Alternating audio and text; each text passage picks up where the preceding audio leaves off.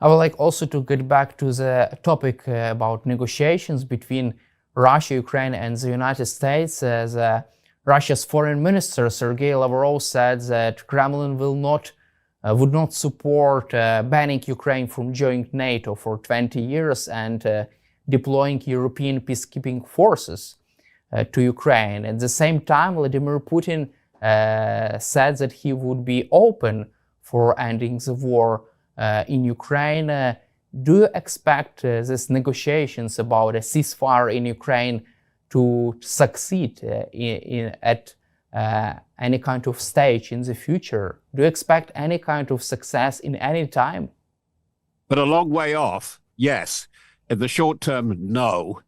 Because I think you're absolutely right to point to the Lavrov speech, latest Lavrov statement, in saying that, that they won't even accept a discussion of a pause of Ukraine joining NATO, a pause for 20 years, and on the borders, that you have some peacekeeping force manned by European forces, which is under active discussion, as we all know, much to the reluctance and horror of the British, less so to the French, because the British and the French are quite likely to have to frame it and lead this operation. Lavrov, though, is curious, isn't he? Lavrov is the big mouth, but he's not the biggest mouth. The big mouth is Medvedev, the deputy, the former prime minister and president, who goes off talking about almost in apocalyptic terms of things not happening, or happening, or what they might do, or what they might not do. Lavrov and Medvedev are deployed as part of psychological warfare. They do not reveal necessarily the inner thinking of Putin, which raises a question. Who is helping Putin with his thinking? I think this is a very, very difficult one to get to the bottom of. It's obviously a part of the security, the securitocracy of the National Security Council, well-known figures there, those in charge of the FSB, the GRU, the internal services, the mayors of Moscow and Petersburg, and the Patrusha father and son, two very, very important figures. But it's now looking as if we are in a new phase. He's been in power for 25 years, a new phase of Putinism and Putin rule. He wants to claim absolute rule, but it's flaking on the fringes. It's like an old carpet that's beginning to come apart at the edges, simply because you could say, I can look at this because I'm even older than Vladimir Putin. He's trying to do too much in too many different directions with very scarce resources, or scarcer resources, could I say it? Let's be sensible about this. Scarcer resources than he would like us to think that he has. And the real sign of that we've seen, as you rightly say, is this month, as we're still in December, what has happened in Syria. He could not really do anything to save Assad and the Assad regime. Russia did a bit of sporadic bombing to stop HDS in their march south from Idlib, but it wasn't serious. It wasn't much. And then within days, they were trying to ship out kit from Hmeimim, the main air base, and I suspect it was the more sensitive guidance materials with the S-400 air defense batteries. From your perspective, what could cause the collapse of Putin's regime, and what kind of fractions inside Kremlin, what kind of people could threaten Vladimir Putin personally? We just don't know enough. We know that he has become more and more security conscious for his own security.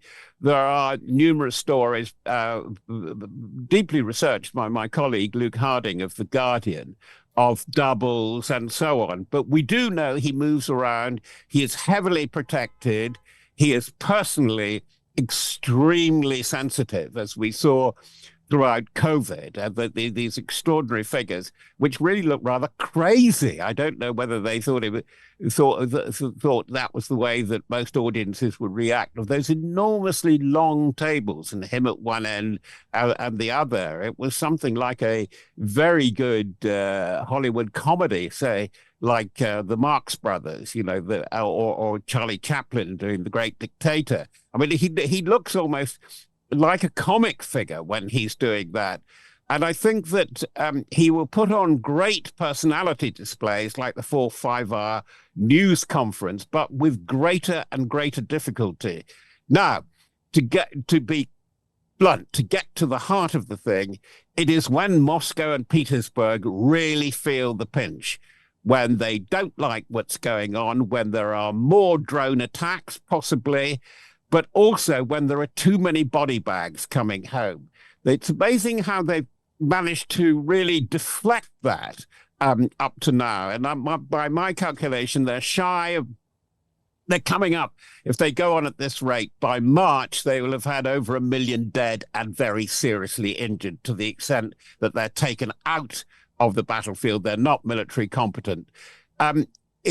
You could refer back to the Great Patriotic Wars of 1941 to 45, and also the experience, which was brutal, of the Russian adventure in Afghanistan from 1979 to 1989. And these things do have their impact, but it's very difficult, from my perspective, to calculate where the tipping point is going to come. But I'm pretty sure you're right in suggesting that it will and can, or it could very well come somewhere. And I think it may well come in 2025. And from your perspective, what could what could cause even faster crumble of the Russian regime next year? And what kind of factors could play the most significant role in that? I think it's a combination. I think if the economy continues to go sour, because Russia can't trade. That's the real story. That's why we have the desperation of these ships, these shadow ships, and this fleet that they're trying to put to sea. They've lost 4 or 5 already. 3 have broken up. And the most interesting one, in a way, was the Ursa, which in the Eastern Mediterranean, where there was an explosion, allegedly, in the engine room, that was carrying 2 vital cranes and other equipment for the Vladivostok dockyard to build the nuclear icebreakers. And as we know, Putin always harps on, when he's giving his vision of Russia in the world, the Arctic is very, very important. And they are claiming more and more of it, the bays and the inlets, as Russian territorial water, which is going to be very, very difficult to reconcile with China. And I think that's going to be a problem. So I think something could go wrong on the battlefield. Something catastrophic could happen if there's a breakthrough. If people, as I said, in Western Russia feel really vulnerable. But I also think that if things go on like this, and for instance, that there will be a call up, and I suspect it's imminent, of more North Korean troops, I think the Chinese are going to get pretty fed up with this. That Xi Jinping and his inner court of about his committee of about 7 people will really worry about what the cost of this is to China, but particularly how much it damages what they're trying to do to establish their global leadership across the South Pacific. There are lots of parts moving in this. And the interesting thing is, less and less does Putin seem to be in charge of what he's doing. He's doing too much. He's trying to destabilize Moldova. He's trying to destabilize quite successfully up to this point Georgia. He's annoying Azerbaijan with this ludicrous claim and counterclaim and half apology for downing the Embraer aircraft from Azerbaijan over Grozny, which sends a message to would-be allies of the Astana group. He's messing around in the Balkans. Now, if this continues, if it makes produces more difficulties for Europe, that will not please Trump. Because Trump he really means it, wants Europe to take on more of its own defense and security for reasons which are quite understandable. If, frankly, Putin is just going to be a damn nuisance to all this, inconsistent, I think that Trump will abandon him. The only card in diplomacy, I think the main card that Putin can play is if he can get some scheme for negotiation going through Elon Musk. But Musk, I think, is on borrowed time. He's being too successful. And it's the battle of two extremely vain men. And I don't think that a narcissistic personality like Donald Trump can stick with this man inventing himself as almost the alternate president of the United States. But through Musk, there is a real chance, I think, of getting through to Moscow. But whether Putin will go along with these terms, because once the war stops, very likely he could stop as the new czar of the new Russia. I would like also to cover with you North Korean topic. Over 3,000 North Korean soldiers have already been killed or wounded in Ukraine, according to Ukrainian President Volodymyr Zelensky. Do you feel that such high casualties could force Kim Jong-un to recalculate his position, his policy on helping Russia? I don't think much is going to make him change his mind, because I think that he thinks he's onto a winner there. He could afford to lose 100,000 men. This is the calculation, and he may well offer up to 100,000 men. But I think it spells danger for him. He sees the advantage of having this new ally, Russia, so he can break out of the encirclement. Again, this must be quite worrying for China, but he gets oil, possibly food, and he gets a sharing technology, particularly in missiles, hypersonic missiles, and in satellites, which he's very keen on, as well as developing the nuclear arms industry. So as far as Kim Jong-un is concerned, it's win-win. But the danger is if this gets through to his people, because the more North Koreans that go outside, the more a sufficient number is likely to return.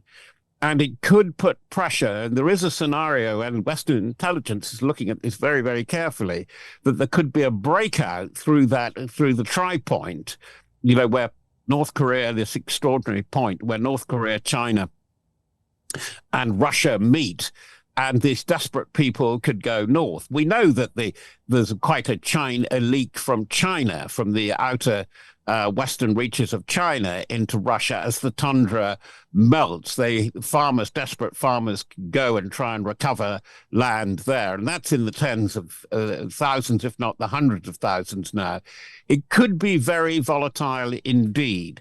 What I also fear while we're doing North Korea, if you look at, and they're really terribly important, if it's 26 years after the no, it wasn't. It was more than that. After the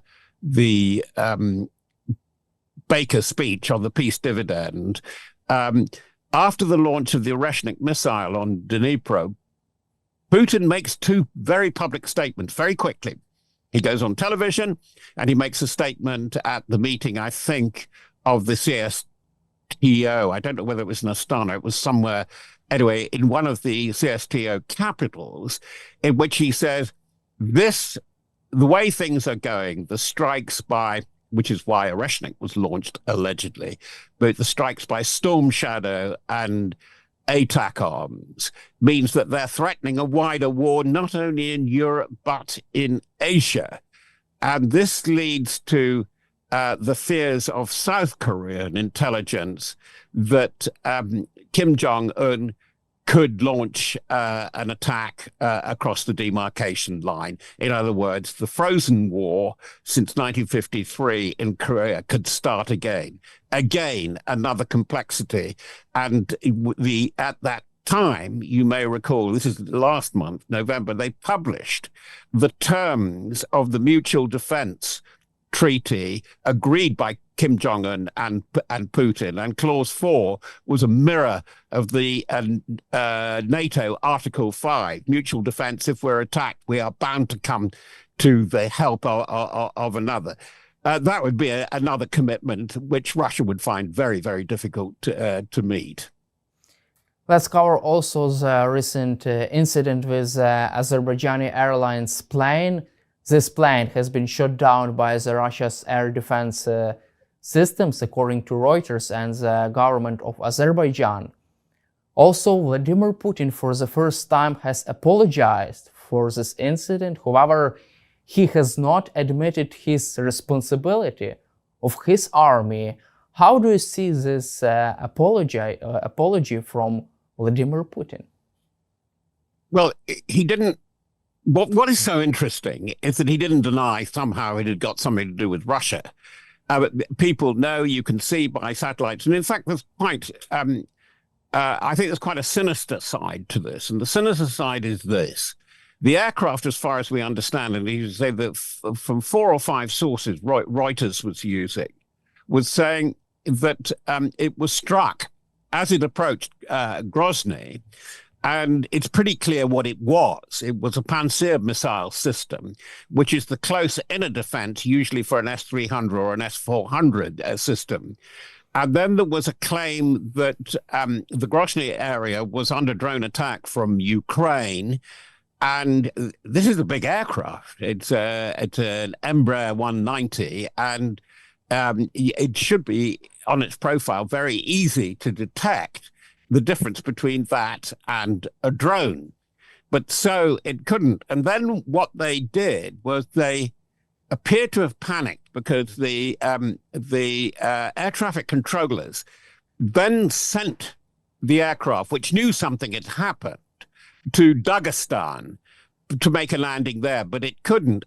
And then sent it right across, nearly 100 kilometers, right across the Caspian Sea to Aktau, the airbase, the airfield rather, in Kazakhstan. And in the process, and I think this is the really worrying thing, and it's pointed to the future, it jammed or turned off or cut off GPS guidance to the aircraft. So they were hoping. I wonder, I mean, I have a really cynical, horrible thought that they hoped the whole thing would crash into the Caspian Sea, and so nobody would find out about what really went on. But this tells you about transparency. It tells you that despite the huge effort, and by the way, there is a colossal effort across the region in Russian information and disinformation campaign. I was on Sky News Arabia, a known channel for Moscow output yesterday. And they were absolutely clear that I gave them the story that they'd picked up from Reuters that this had happened. This has been a very bad loss for Russian credibility. Let's put it like that, because I think it's really worried allies, very close allies, clients, but allies like Azerbaijan, clients like Kazakhstan. And I think that's the importance. But you can't go beyond that. It's not a change in the world, but it's a change in the weather. It's a change in the climate of the way people see their security and future.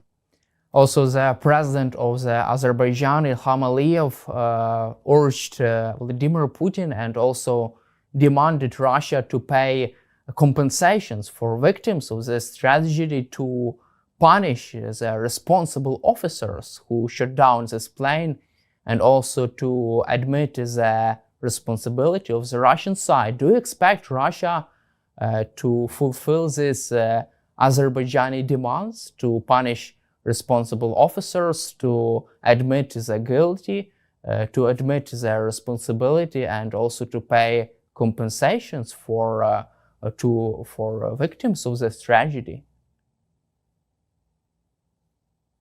It depends how much they value the alliance of Azerbaijan.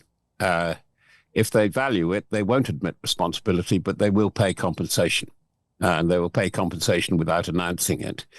Azerbaijan is vital in that. What we're looking at now is a very, very complicated situation between Azerbaijan, Russia, and Iran, and where the Azeri connection with Iran is very much worrying Russia and Russia's grip on the Caucasus, particularly the lower Caucasus. So I think that this is a very complicated one, and Russia will continue, as we have seen, to stir things in Georgia, in Ossetia, and indeed the Nagorno-Karabakh standoff conflict, which is far from over. But there's another thing. If Russia isn't transparent about this, think of what that Azerbaijan Airways aircraft was doing. It was on a routine flight from Baku to Grozny.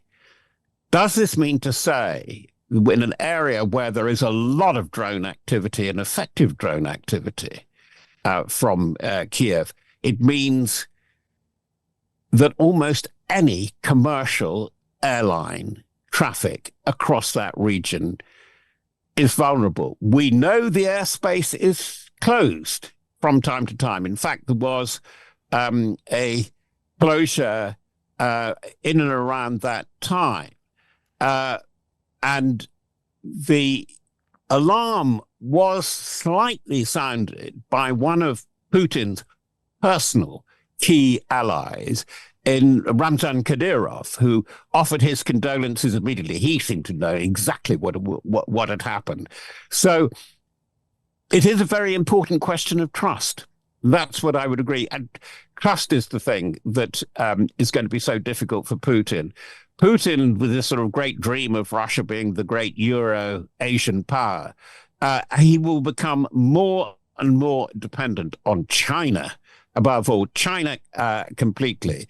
And he is losing very badly to China in an area where he wanted to make substantial gains, namely Africa and to an extent South